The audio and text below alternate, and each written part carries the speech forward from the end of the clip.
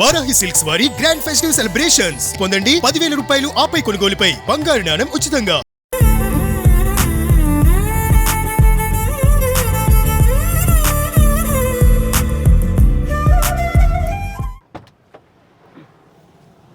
Hi hello welcome to Suman TV. నేను మీ Roshan. So present మనం కోడంబాకంలో ఉన్నాం. అంటే ఒకసారి ఈ యాక్టర్ గురించి అంతా తెలుసుకున్న తర్వాత అంటే ఈ యాక్ట్రెస్ ఎందుకు ఇలాంటి ఒక ఇంట్లో ఉండాల్సి వస్తుంది అనేది కూడా చాలామందికి క్వశ్చన్ మార్క్ అనమాట. బట్ ఎస్, ఉండాల్సి వస్తుంది. ఎందుకంటే తను తీసిన సినిమాలు ఇలాంటి సినిమాలు కాదు. అండ్ 1995లో ప్లే గర్ల్ సినిమాతో సిల్వర్ స్క్రీన్కి పరిచయం అయిపోయిన తర్వాత ఎన్నో సినిమాలు అంటే సాఫ్ట్ కోర్ పోర్నోగ్రఫీ మూవీస్కి కేర్ ఆఫ్ అడ్రస్ అంటే షకీలా అని చెప్పుకోవచ్చు అనమాట. తను తీసిన సినిమాలు థియేటర్లో రిలీజ్ అవుతుంది అంటే పెద్ద పెద్ద హీరోస్ కూడా రిలీజ్ డేట్లు మార్చుకున్న రోజులు మనం ఎన్నో చూసాం. అండ్ మలయాళంలో ఆమె ఎంత పెద్ద పాపులర్ స్టార్ అందరికీ తెలిసిందే. కానీ చెన్నైలో పుట్టి కేరళలో అంత పెద్ద స్టార్గా ఎదగటం పక్కన పెడితే ఆ తర్వాత తను సౌత్ ఇండియాలో కూడా చాలా చాలా పెద్ద స్టార్గా ఎదిగి సో ఇలాంటి సినిమాలు తీసుకుంటూ ఎదిగి కానీ 2002లో ఒకసారి స్టేట్మెంట్ ఇచ్చారు, ఇప్పటి నుంచి నేను ఇలాంటి బీ గ్రేడ్ సినిమాలు తీయను అని చెప్పేసి. తర్వాత అన్నీ కూడా మన కొంతమంది హీరోల సినిమాలలో మంచి మంచి క్యారెక్టర్స్ వేసినప్పుడు కూడా షకీలా అంటే ప్రతి ఒక్కరి మైండ్లో మెదిగే ఒకే ఒక అంశం ఏంటంటే బ్లూ. అంటే ఒక రకంగా చెప్పాలంటే అలాంటి సినిమాలు తీసినప్పుడు కూడా షకీలా అంటే అలాంటి సినిమాలు తీస్తుంది, అలాంటి వ్యక్తే అని అందరి మైండ్లో పడిపోయింది. కానీ ఆమె వెనకున్న ఇంకొక చీకటి కోణం అనేది చాలా మందికి తెలియదు. తన కుటుంబం కోసం, తన వాళ్ళ కోసం, తను ఎదగటం కోసం ఇండస్ట్రీలో ఏదో ఒక విధంగా తను ఆ రోజు తీసుకున్న ఒక డెసిషన్తో సో షకీలా గారు అంటే అందరికీ కొంతమంది మర్యాద లేకుండా కూడా మాట్లాడతారు. కానీ నిజంగా ఆమె లైఫ్ స్టైల్ తెలుసుకున్న తర్వాత నాకు చాలా బాధ అనిపించింది. అంటే ఆమె పడ్డ కష్టాలు అన్నీ ఇన్ని కాదు. తర్వాత కూడా మనకి 2013లో షకీలా ఆత్మకథ అని తన బయోగ్రఫీ కూడా రిలీజ్ అవ్వడం జరిగిందనమాట. తర్వాత ఆమె పాలిటిక్స్లోకి వచ్చేసారు, ఇండియన్ నేషనల్ కాంగ్రెస్లో మెంబర్ అయిపోయారు. అండ్ చూసుకుంటే మనకి తర్వాత తను తీసిన సినిమాలు చూస్తూ ఉంటే చాలామందికి తన మీద ఒక ఆలోచించే విధానం మారిపోయిందనమాట. సో అంటే కేవలం ఇలాంటి సినిమాలు మాత్రమే కాదు, ఎలాంటి సినిమాలని తీయగలదు. సో ఒకానొక టైంలో ఆమె సినిమా కోసం థియేటర్ల ముందు వెయిట్ చేసిన ఎంతోమంది ప్రేక్షకులు అంటే ఒక రకంగా చెప్పాలంటే ప్రేక్షకుల మదిని కొల్లగొట్టారు. అండ్ ప్రేక్షకులకి ఆనందాన్ని, వినోదాన్ని ఇచ్చారు షకీలా గారు. బట్ పెద్ద పెద్ద కోటల్లో ఉంటారు షకీలా గారు, చాలా సినిమాలు చేశారు, బాగా సంపాదించారు. ఆమెకేంటి అనుకునే వాళ్ళకి కూడా ఆమె వెనక ఇంకొక కోణం ఉంది. ఆర్థికంగా కూడా చాలా ఇబ్బందులు పడుతున్నారని అక్కడ ఇక్కడ చెప్తుంటే నేను విన్నాను. కానీ తాను ఎప్పుడు కూడా ఇలా చేయి చాచలేదనమాట. ఉన్న దాంట్లోనే తనకున్న టాలెంట్తోనే ఏదో ఒక పని చేసుకుంటూ తను లైఫ్ లీడ్ చేస్తున్నారు. కానీ ఎప్పుడూ కూడా నేను ఇబ్బంది పడుతున్నానని చెప్పేసి ఒకళ్ళ ముందుకు వచ్చి చేయి చాచి అడగలేదు. ఈవెన్ నేను కూడా 2 సార్లు 3 సార్లు ఫోన్ చేసినప్పుడు కూడా ఎస్ ఫైనాన్షియల్ ప్రాబ్లం ఉంది, ఉన్నప్పటికి కూడా నాకు వయసు ఉంది, టాలెంట్ ఉంది, ఏదో ఒక విధంగా నేను ముందుకు వెళ్ళగలను, నా బతుకు కోసం, నేను ఇల్లు రెంట్ కట్టుకోవడం కోసం, నా ఫుడ్ కోసం ఏదో ఒక విధంగా నేను సర్వైవల్ అవుతాను. కానీ ఒకళ్ళ ముందు చేయి చాచాలంటే నాకు చిన్నతనంగా ఉందని కూడా 2-3 సార్లు అనడం జరిగింది. ఎస్, నిజంగా అంటే ఈరోజు మనం ఆమెను ఇలా అని చూపించడం కాదు, బట్ తన అంటే ఎలాంటి లైఫ్ చూసి వచ్చారు అండ్ అంటే పరిస్థితులు తలకిల్లైతే ఎలా అవుతుందనే దానికి ఒక చిన్న ఉదాహరణ అనమాట. ఒకసారి ఇక్కడ షకీలా గారు నివసిస్తున్నారని తెలిసింది. ఒకసారి ఆమెతో మాట్లాడే ప్రయత్నం చేద్దాం. ఇప్పుడు ఏం చేస్తున్నారు అండ్ బిగ్ బాస్లో కూడా మీ అందరిని అలరించారు, కానీ చాలా తొందరగా బయటకు వచ్చారు ఆమె. ఎస్, ఇది షకీలా గారు ఉంటున్న ఇల్లు. మీ అందరికి అనిపించవచ్చు ఏంటి ఇలా ఇంట్లో ఉంటున్నారని.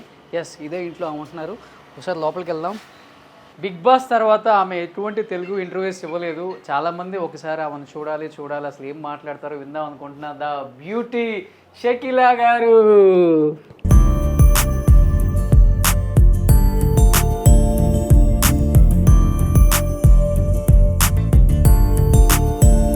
ఎలా ఉన్నావు? Super great. How are you madam? Very good. Very happy to see you. I'm very happy to see you. సరే, అన్నం తిన్నావా? అన్నం తిన్నాను. సరే, ఈవినింగ్ మీరే వంట చేయాలి. సరే తప్పకుండా. ఏం వంట చేస్తున్నారు? ఏం కావాలో చెప్పు. సినిమా ఇండస్ట్రీలో ఉన్న పెద్ద పెద్ద యాక్టర్స్ కూడా ఈమె చేతి వంట తినాలని, ఈ చేతులతో చేసిన వంట తినాలని ఎంతో ఆశ. ఎందుకంటే అంత బాగా వంట చేస్తారు. Cooking with Comali. Cook with Comali తమిళ్లో కూడా. అవును, అదిగో. ఎస్, ఏది ఇదా? ఈయన. ఎస్, కుక్ విత్ కోమాలిలో ఆయన. ఎస్, వెనకుంది చూడండి. షకీలా గారికి అవార్డు వచ్చిందనమాట. అంత బాగా వంట చేస్తారు. ఎలాంటి ఇంట్లో ఉంటున్నాం అని కాదు, ఎంత సంతోషంగా ఉన్నది చాలా ఇంపార్టెంట్. అది ఆమెకు ఉందన్నమాట. 47 సంవత్సరాల నుంచి 43. 43 సంవత్సరాల నుంచి ఇదే ఇంట్లో ఉంటున్నారు. వాళ్ళకి ఎంత సెంటిమెంటో ఒకసారి ఆలోచించండి. అవును. ఇప్పుడు నాకు 46 అవుతుంది. ఇక్కడ నేను 3 ఇయర్స్ అప్పుడు వచ్చాను, 3 వయసు అప్పుడు వచ్చాను. ఇక్కడికి వచ్చి నేను ఎల్కేజీ పోయి చదివాను, పక్కన ఉండే ఒక సరస్వతి విద్యాలయ మెట్రికులేషన్ స్కూల్లో. ఓకే. సో అప్పటి నుంచి ఇక్కడే ఉంటున్నా. ఓకే. సో మీరు ఎంత అందంగా ఉన్నారు, ఇల్లు కూడా అంతే అందంగా ఉంది. Thank you. చాలా ఎగ్జాజరేట్ చేస్తున్నాడు, పర్వాలేదు. చిన్న ఇల్లు, బట్ చిన్నది పెద్దదని కాదు, మన మనసే కావాలా. ఒక్కరి ఫుడ్ 10 మంది పంచుకొని తినవచ్చు, 10 మంది ఫుడ్ ఒక్కడు తినలేడు. So I'm happy with whatever I have. Super, great. సో నేను కొన్ని మేడం ఫొటోస్ ఒకసారి చూడండి ఇంట్లో. ఇది ఎవరు వేసి ఇచ్చారు పెయింట్? ఇది పెయింట్ కాదు, ఇది ఒక ఫోటోషూట్. ఓకే. నాకు మీ ఇంట్లోకి రాగానే బాగా నచ్చేది అది అక్కడ ఉన్న ఫోటో. కరెక్ట్గా 20 వయసు ఆ ఫోటో తీసేటప్పుడు. ఓకే. అప్పటికి ఎంటర్ అయ్యారు? ఎంటర్ అయ్యి మా డాడీతో ఏడిసి నాకు ఒక ఫోటోషూటు శంకర్ సత్యమూర్తి, శివ సత్యమూర్తి అని తీశాడు. అప్పుడు పెద్ద పెద్ద ఆర్టిస్టులకి తనే ఫోటోషూట్ చేస్తారనమాట. అప్పటికి నాకు 20,000 అయింది అది చేసేదానికి. డాడీతో ఏడుపు నాకు. ఇది పెయింటింగ్, ఇది నాకు ఒక ఫ్యాన్ గిఫ్ట్ ఇచ్చాడు, బట్ ఈ ఆల్బమ్ రెడీ చేసేదానికి. సో అది లాస్ట్ డాడీ ఇది. సో అప్పుల్లో మలయాళం ఫ్యాన్స్ని ఇది కాదు, ఇది మనం సాయిరామ్ దాసరి చేసిన షకీలా రాసిన మొట్టమొదటి కుటుంబ కథా చిత్రం. ఓ ఇదేనది. అది ఓకే. తర్వాత 2013 మీ బయోగ్రఫీ ఏదో వచ్చింది. 13th కాదు, ఇప్పుడు వచ్చింది, ఒక 5 years బ్యాక్. రిచా చెడ్డా చేసింది. పిక్చర్ సరిగా పోలా, ఎందుకంటే ఫిల్మ్లో వచ్చి చాలా ఎథిక్స్ కోసం, కమర్షియల్ ఎథిక్స్ కోసం చాలా మార్చారనమాట. దాంట్లో నాకు ఉండేదంతా సిస్టర్స్ అది కాదు చేసుకున్నట్టు. అది నిజమే, ఒక్క సిస్టర్ అది చేసింది. బట్ నాకు బ్రదర్స్ ఉన్నారు, 3 బ్రదర్స్. మేము 3 సిస్టర్స్. నాకన్నా ముందు పుట్టిన అక్క చనిపోయింది.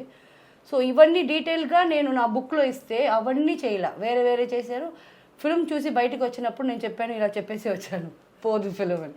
బికాస్ నేను అన్నీ అడిగారు, అన్నీ చేశారు, బట్ ఫిల్మ్ అవుట్పుట్ నేను చూసినప్పుడు I was not happy. And నా ఫిల్మ్కే సూపర్ అని నేను చెప్పేసి రావాలి, నేనే పోదని చెప్పేసి. బికాస్ మీరందరూ ఉన్నారు ఇక్కడే, నా ఫ్రెండ్స్ ఉన్నారు, మా ఫ్యామిలీ ఉంది, అందరూ ఉన్నారు. ఇప్పుడు ఇలాగా దాంట్లో లేని విషయం పెడితే ఎవరు ఒప్పుకుంటారు? నవ్వరా నన్ను చూసి? సో ఆ ఫిల్మ్ బాగా పోలేదు. ఓకే. సో మీరు ఒక దాంట్లో చెప్పారు అండ్ నేను విన్నాను, ఇది ట్రాన్స్జెండర్స్ని మీరు అడాప్ట్ చేసుకున్నారు మీరు పిల్లల్లాగా. అవును, ఇది దీంట్లోనే ఉంటుంది.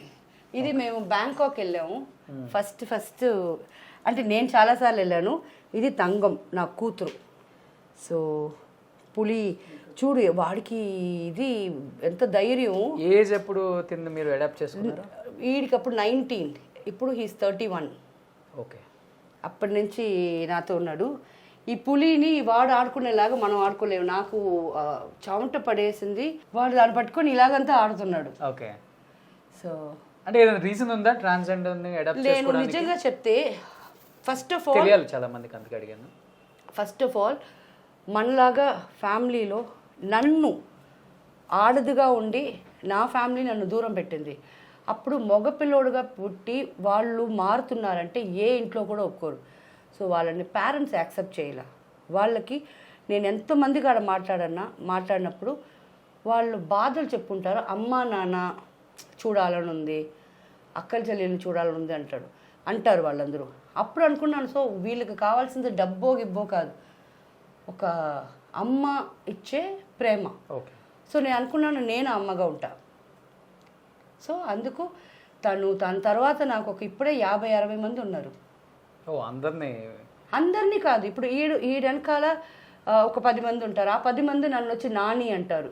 నేను అమ్మ అంటే, తనకి కూతుర్లు అంటే నేను అవ్వ అవుతాను.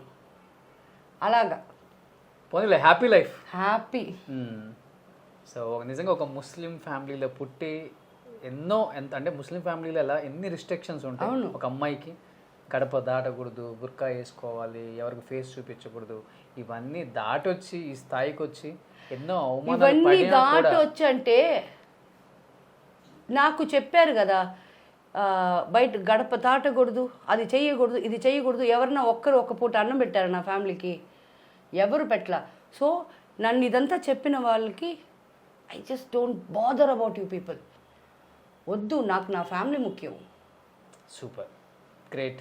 సో నిజంగా చెప్తున్నాను, చాలా పెద్ద పెద్ద ఇల్లులు చూపించాను నేను, బట్ ఆమె ఈ ఇల్లు చూపించేటప్పుడు కూడా ఎక్కడ అబ్జెక్షన్ చెప్పలేదన్నమాట. ఇంత చిన్న ఇల్లా ఇదని ఏమన్నా అనుకుంటారో ఏమీ లేదు. తన లైఫ్ స్టైల్ ఎలా ఉందో, తను ఎలా ఉన్నారో ఫస్ట్ నుంచి ఇప్పటి వరకు అలానే ఉన్నారు. అండ్ దాన్ని సంపాదించింది ఏ రోజు కూడా నాకు పోయిందే, నేను మంచి పెద్ద కోటల్లో ఉండలేదే, పెద్ద కార్లలో తిరగలేదన్న చిన్న బాధ కూడా లేదు. ఎన్నో ఇయర్స్ నుంచి చూసినాను తన్ని, ఇలానే నవ్వుతున్నారు, ఇంతే హ్యాపీగా ఉన్నారు. ఏ రోజుకి కూడా ఇలా పెట్టడమే కానీ ఇలా చేయి చాచను నేను అని నాకు చాలాసార్లు చెప్పారు. నిజంగా అలా ఉన్నారు కాబట్టే మిమ్మల్ని ఇంత దూరం తీసుకొచ్చారు. ఇప్పటికీ ఒక 10 మందికి హెల్ప్ చేయటమే కానీ అన్నం పెట్టి పంపిస్తారు ఎవరు వచ్చినా కానీ, ఆమె వంట చేస్తారు. అంటే ఎవరికి ఉంటుంది ఇలాంటి మంచి గుణం? సో లైఫ్లో అన్నీ చూసి వచ్చినా కానీ ఇలా ఉండటం, ఇంత డౌన్ టు ఎర్త్గా ఉండటం. ఎవరిని అడిగినా కానీ ఇండస్ట్రీలో నాకు ఇంత కష్టం ఉంది, నాకు ఒక ఇల్లు ఇవ్వండి, సొంత ఇల్లు లేదు చెన్నైలో, హైదరాబాద్లో అయినా ఇవ్వండి అంటే మీకు నేను ఇస్తాననే వాళ్ళు 100 మంది ఉంటారు. అవునాలే? తర్వాత వాళ్ళే వచ్చి కూర్చుంటారు దాంట్లో. మగవాళ్ళు కాడ ఈ మైనస్ కూడా ఉంది. అవునా? అవును, చూడటం ఎందుకు మనకు తెలీదా? ఏదన్నా ఇస్తానని చెప్తేనే ఇక్కడే వచ్చి కూర్చుంటారు. ఇంకా ఇచ్చేస్తే ఏమైపోద్ది? వాళ్ళకి ఇలా కూర్చోవాలి, నేను పిల్లిలాగా. ఎప్పుడు వస్తున్నారు సార్, మీకు వంట చేయాలా సార్? పోరా, yes I'm single, I'm the queen of my territory. Super. ఇది నా టెరిటరీ, నా పర్మిషన్ లేకుండా ఎవరు రాలేరు, నేను ఎవరి టెరిటరీలో వెళ్ళను, నాకు అది ఇష్టం లేదు. So happy. గ్రేట్. ఇలానే ఉండండి షకీలా గారు. థ్యాంక్ యూ రా. ఇంత హ్యాపీగా ఉండండి. సో దేవుడు మిమ్మల్ని ఎప్పుడు సంతోషంగానే ఉంచుతారు. టైంకి మీకు ఏం కావాలో అన్ని అందిస్తూనే ఉన్నారు ఆయన. Definitely yes. అది చాలా గొప్ప అనుకోవచ్చు. సో మీరు ఎన్ని మంచి పనులు చేస్తే దేవుడు అంత మంచి పని మీకు చేస్తున్నారు. No problem, be happy. Okay, 10 మందికి పెట్టే స్థాయిలోనే ఉండాలని మనస్ఫూర్తిగా కోరుకుంటున్నాను. Thank you so much. ఇంటికి పిలిచి మరీ మమ్మల్ని గౌరవించి ఇంటర్వ్యూ ఇచ్చి ఆతిథ్యం ఇచ్చి సాయంత్రం మంచి వంట చేస్తారు, వస్తాం మేము.